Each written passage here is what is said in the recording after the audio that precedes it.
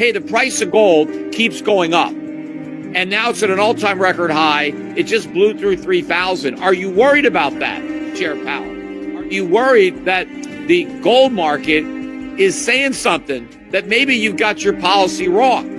There is arbitrage around the globe, but not as significant as it was a few weeks ago, because it's becoming too difficult to get it there. So I think that arbitrage, which would necessitate some form of expediency in getting the metal sent this way, when you're talking 8 weeks delay, now that these contracts are being stopped, I think that this is something that is going to start to perhaps put great strain on the physical market, perhaps could put a run on the LBMA.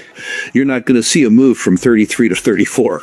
When silver moves, it really, truly moves. But normally that move takes a while to establish itself. And normally what establishes it is momentum in gold. During the Q&A, and I'm going to get into a lot of that. But one question that nobody asked, which should have been asked by everybody, was the price of gold. Nobody said to Powell, hey, what do you think about $3,000 gold? Because on Monday, gold closed above 3,000 for the first time ever. It closed above 3,000 again on Tuesday. And again today, it hit another record high. It closed at 3,048. And it's up again the evening, another $5. So as I'm recording this podcast live on Wednesday evening here in New York, or I'm not in New York, but New York time, gold is trading in the spot market at $3,053.30, up $5. Nobody brought this up because gold is flashing a warning that the Fed is too loose. In the Q&A, one of the reporters brought up Alan Greenspan's old definition of price stability, where Greenspan said, well, price stability is where businesses and workers don't even bother to calculate price changes into their plans because prices are going up so slowly that nobody really cares, right? So it's like indifferent in decision making. And he asked Jerome Powell if he would, ascribe to that definition and if he believes that we have price stability.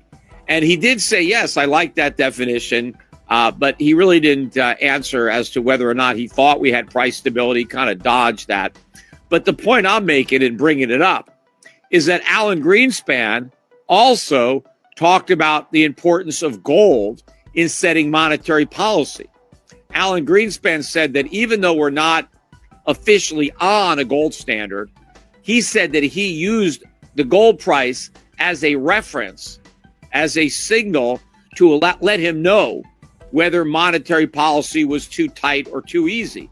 What Greenspan said was that if gold gets up to $400 an ounce, that means that he's too loose.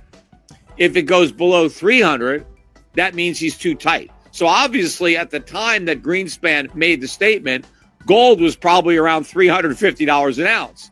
And he kind of looked at, if it was going above 400, I'm too loose. Maybe we got to tighten policy. But if the price of gold drops below 300, maybe we're too tight, right? We got to ease up.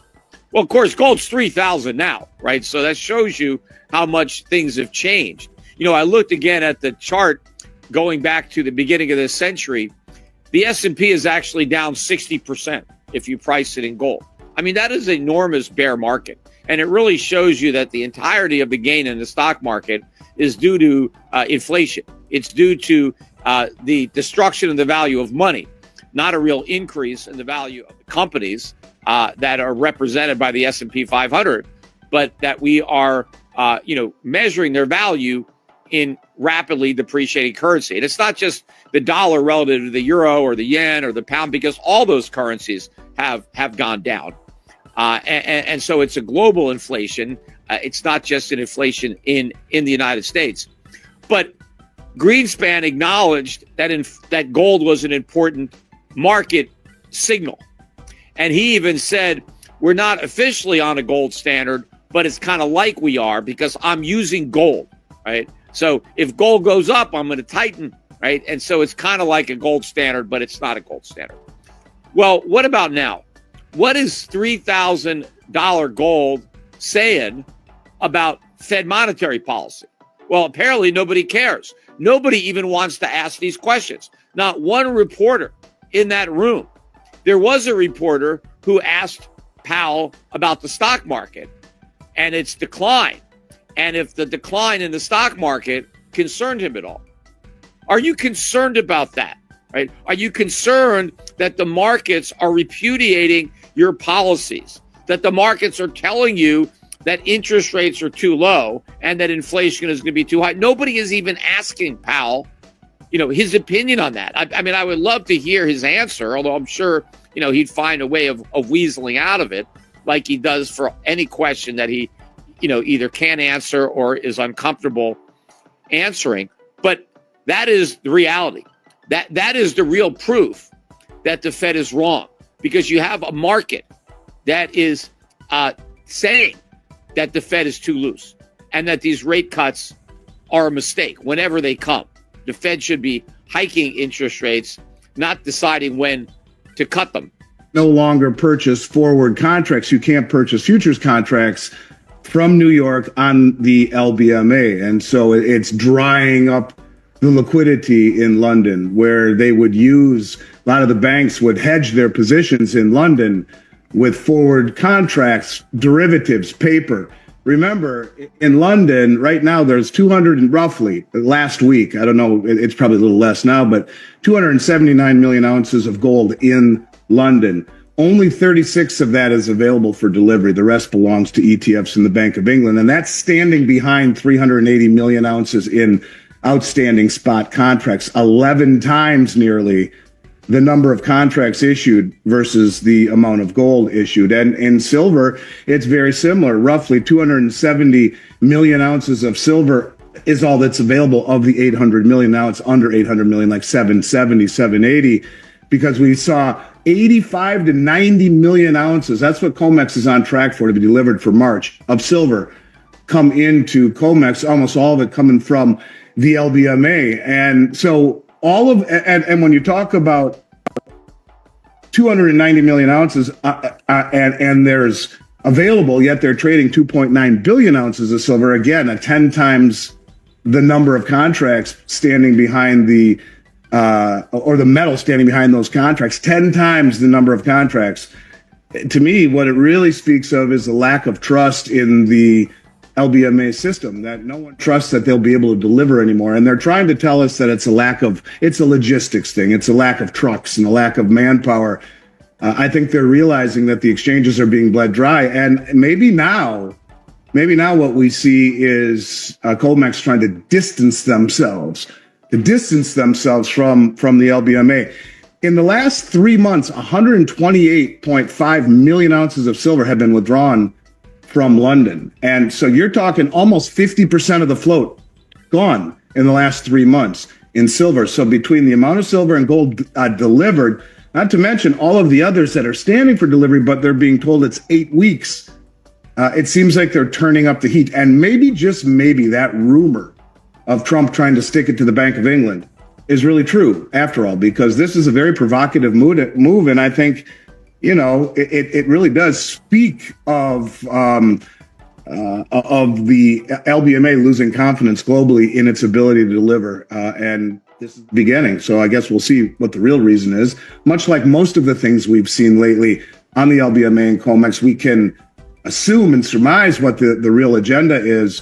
Mainstream would tell you that's not the case. I don't believe it. I actually feel that we are witnessing a shift from this paper market that all of us thought would never be broken into other hubs like Shanghai, like Moscow, like Dubai. These are cash and carry exchanges where the price setting is far more realistic, instead of a futures market where it's 90% paper and 10% physical. And no one ever stood for delivery. And you and I have been talking about this, and the logarithmic decay, little by little by little by little, and then bang. Are we at that point? Well, it sure feels that way when almost half of the available silver has been drained. And now they're saying it's logistics. We can't really get it over to you as fast as we would like. Demand for physical gold and silver is rising. And this is a move away from the Western markets. It's a big deal. We'll see how big it is. But yeah, I think this is something people really need to pay attention to, on top of the fact that it just continues to move higher. It seems almost every day now. Primarily affected private sector banks. It being gold was made a tier 1 asset for banks like Barclays, Bank of America, Citicorp, Daiichi Kangyo, those types of global banks. The buyers have been foreign central banks. I do believe that the Basel III Accords will be important to the gold price going forward when the private sector steps up to the extent that the public sector has in the gold trade.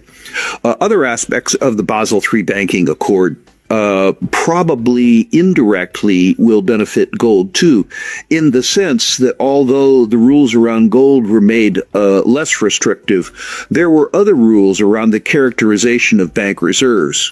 And in particular, the differentiation in reserves against debt instruments that were held for sale versus held to maturity. Accords that allow banks to extend and pretend around time losses in their portfolios that I think will destabilize the economy a bit, particularly in crisis, and as a consequence, likely, unfortunately, in this case, help gold. I hope that wasn't too wordy an answer. Silver, in my experience, has been more of a speculative instrument than gold. And silver tends to outperform gold towards the middle or the end of a precious metals bull market. In my experience, precious metals bull markets are led by gold because the first buyer is the fear buyer. Precious metals oscillates between greed and fear, with the fear buyer kicking off the move, and then the momentum established by the fear buyer bringing the greed buyer in. Silver, because I suspect of its lower unit cost, when the generalist money comes down into the precious metals space, that money eventually causes silver to outperform gold. And by the way, when the silver bull market starts, you're not going to need Rick Rule to tell you it's here. You're not going to see a move from 33 to 34. When silver moves, it really, truly moves. But normally that move takes a while to establish itself. And normally what establishes it is momentum in gold. People, I mean largely institutional investors, are expressing skepticism around the precious metals bull market. And the easiest way for them to express that dissatisfaction is on the New York Stock Exchange. The best vehicle for expressing either your support or your lack of support for silver on a leverage basis in equities markets is the New York Stock Exchange, and hence PSLV. PSLV is experiencing a war between those who buy the precious metals narrative and those who don't, much to my amusement. You know, there's a lot of people who are against shorts, primarily long. I love a big short position against something I'm in favor of. That's a position that has to be bought. And it's up to reality whether that position needs to be bought higher or lower. Earlier in my career, when I was more overtly a stock promoter, there was nothing in the world I liked more than a good short position. In some investments, by the way, silver related, often Pan American Silver and the Silver Standard in particular, we delivered quasi-religious experiences to the short community.